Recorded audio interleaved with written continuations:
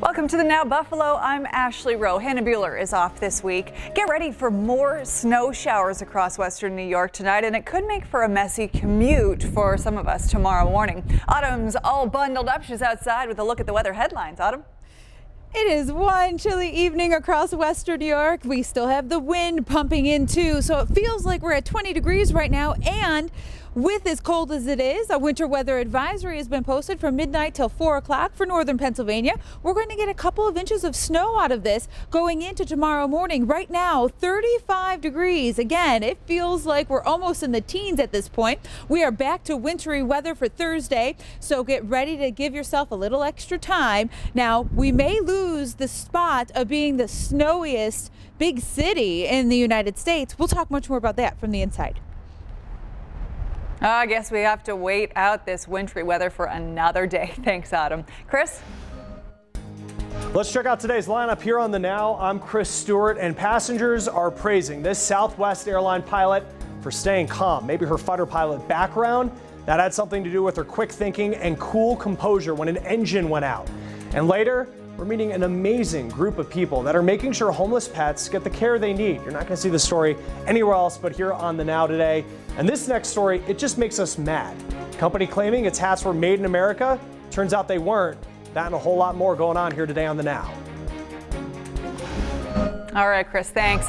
Capturing a revolution on canvas. And now Buffalo's Courtney Corbetta gets a special tour of a first-of-its-kind exhibit at the Albright Knox with the radical women who helped it come to life.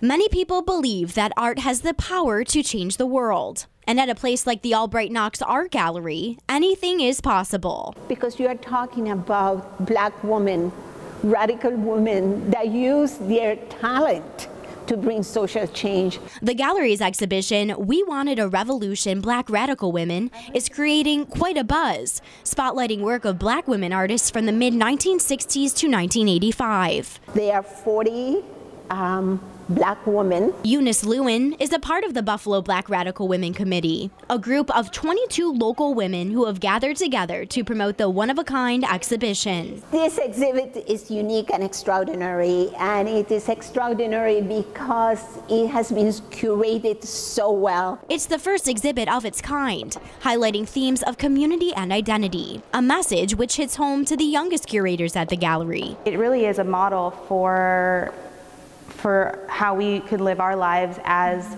activists, as women as curators, as women in the arts world. And the exhibition has already made an impact on the community. What does Western New York think about this exhibit?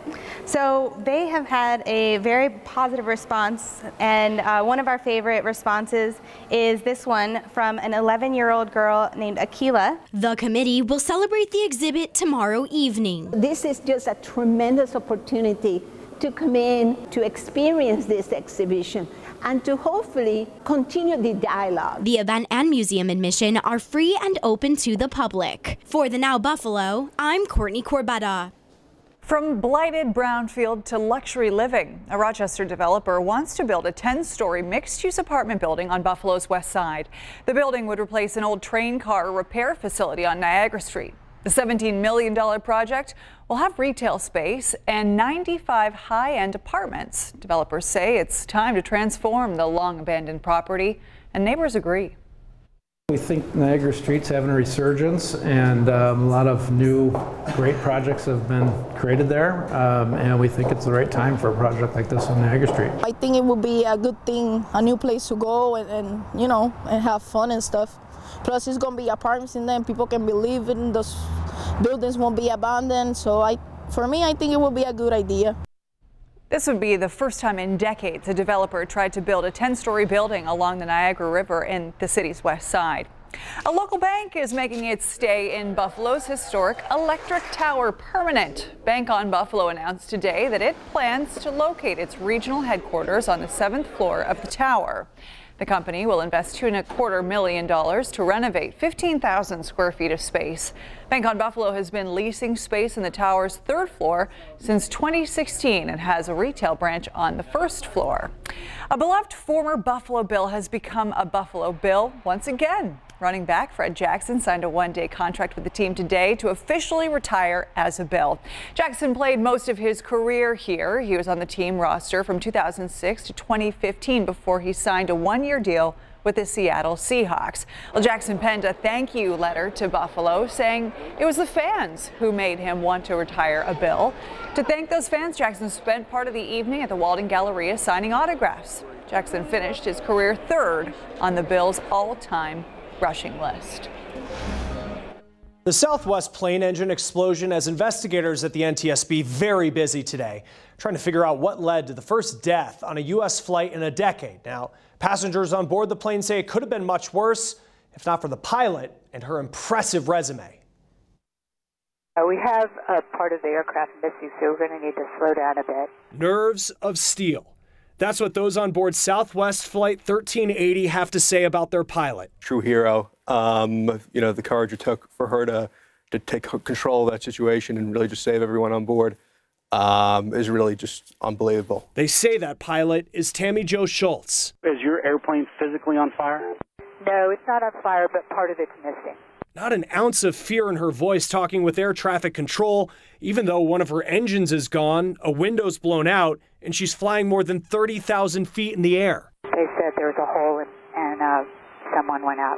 Not to mention, a passenger partially sucked from the plane. I'm sorry, you said there was a hole and somebody went out? She's already an aviation legend. Schultz is one of the first female fighter pilots in Navy history. The pilot was a veteran of the Navy. She had 32 years in, a woman, and she was very good. And that might explain the confidence you hear in the cockpit as she brings the plane in for a landing. Thank you. We're going to stop right here by the fire truck. Thanks, guys, for the help. Then, before getting off the plane, passengers say she went back to check on them before they got off. So how do you sum up this kind of bravery? This passenger posted on social media she's more than a captain. She and her crew are #angels in the sky.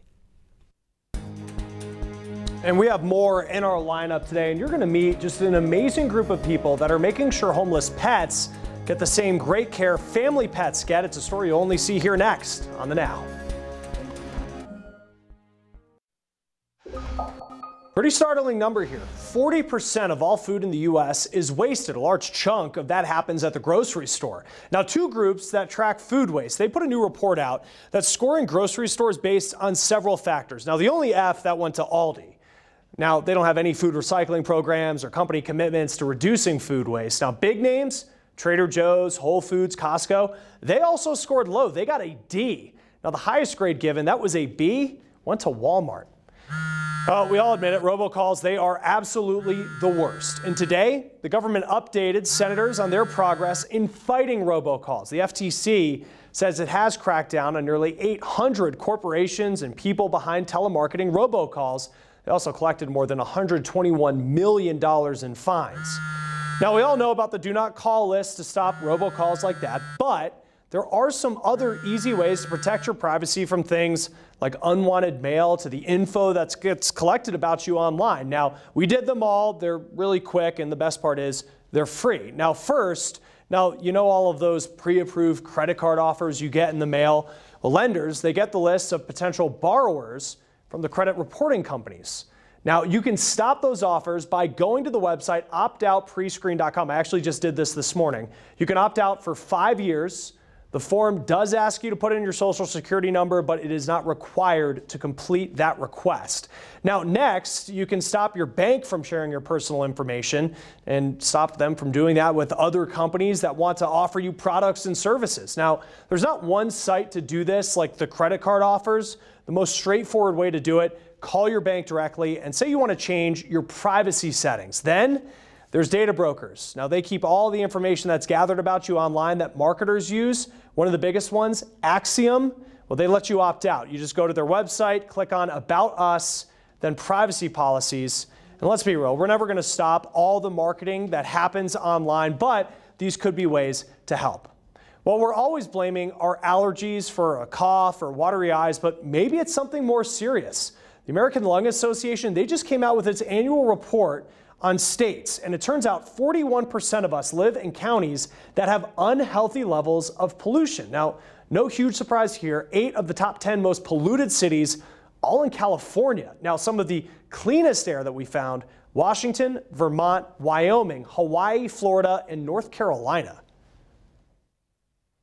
Yeah, Chris, and a quick look at the counties here in western New York should really sound some alarm bells. The American Lung Association found that our region sees a lot of high ozone days, and ozone is a form of pollution. So take a look at this.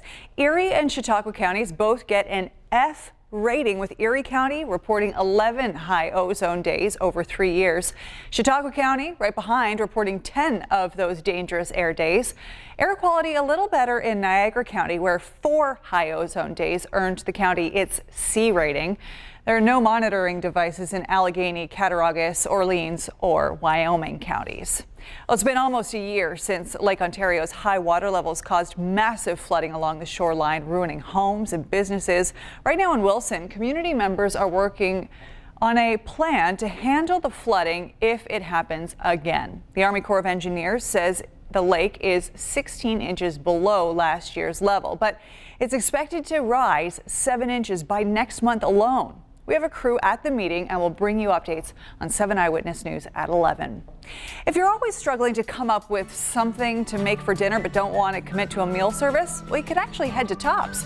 The grocery store is expanding its collaboration with Chef to offer 5 new meal kit varieties. The kits have everything you need to make a fresh meal in as little as 10 minutes. New options include garlic chicken, truffle butter steak, maple pork loin, yeah, Autumn, you and I have the same taste. Chicken tikka masala, and fried chicken and waffles. Ooh, yeah, like all the sounds of those. Exciting news for shoppers. Zara officially opens at the Walden Galleria tomorrow. The 2-story, 30,000 square foot store has received a lot of hype since it was announced more than a year ago. The European chain sells apparel for men, women, and children. The next closest Zara location is Cleveland. I will be heading there sooner rather than later, I'm sure. Very exciting. But chicken and waffles, less than 10 minutes, not bad. Anything less than 10 minutes, I'm willing to give a shot. I definitely will. Okay, so everyone knows Buffalo gets a lot of snow. You may not know Buffalo also holds the record for snowiest big city in the U.S. and it sure feels like we are living up to our reputation this year, right? We are in jeopardy of losing it. Do you want to just, keep it and have that badge of honor, or do you want to give it away? Well, it sounds like we're going to be giving it away. It's an easy shot for Erie, Pennsylvania, actually, to get it. We have the current record of 199.4 inches. That was set back in 1976 to the 77 winter season. Erie, PA is currently at 198.5 inches, and it's likely to receive anywhere from 1 to 2, possibly a little bit more than that, inches worth of snow tonight into tomorrow, which would take us, or take them, over that mark and give our record-breaking number over to Erie, PA. They're not the only ones getting the snow, though. So will we for the southern tier and especially the hills, with 2 to 4 inches as we head into tomorrow afternoon. Let's go to the Now News feed. A new study in JAMA looking at what could be associated with military suicides. A study found that deployments early in careers was associated with a higher risk of suicide. Researchers also say those with shorter time between deployments were at a higher risk. Well, maker of bump stocks will stop taking orders and shut down its website next month. Slide Fire Solutions. They're facing lawsuits in connection to the Las Vegas shooting. Now, a bump stock is something you can put on a semi-automatic gun to make it shoot faster. Border Patrol arresting a woman for trying to use her 12-year-old daughter to smuggle cocaine. Look at this picture. The girl with 2 pounds of coke strapped to her body. Now, the woman had 2 other children with her, according to authorities. Well, when you see these dogs on the streets with panhandlers and homeless people, it really can just break your heart. And it does make you wonder if these animals are being taken care of. Now's Kamasi Aaron shows us how a nonprofit group of dedicated veterinarians is helping make sure these street dogs are getting the care they need, much to the relief of their human companions. Good pupper. That's right.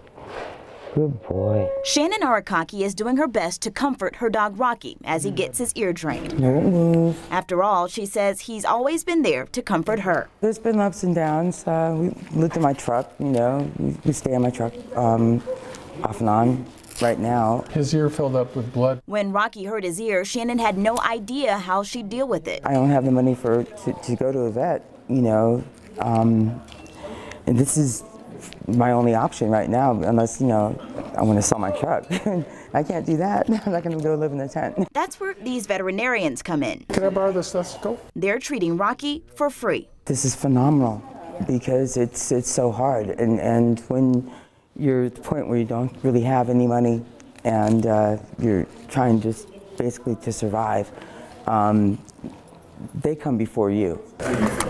With just a table and supplies, these vets are caring for the pets of people who are homeless or near homeless. They call themselves the Street Dog Coalition, setting up care centers on streets around the country, or in this case, at a shelter. We're not doing major surgeries. Here we go. We're not doing x-rays, but we have to use our x-ray vision, which just means, you know, a lot of best guessing going on. Dr. John Geller started this organization. He says it not only helps pets stay healthy, but also tears down barriers for people who already have enough up. What do you do for a job interview? What do you do for a job? There's no doggy daycare. Often they can't get on the bus.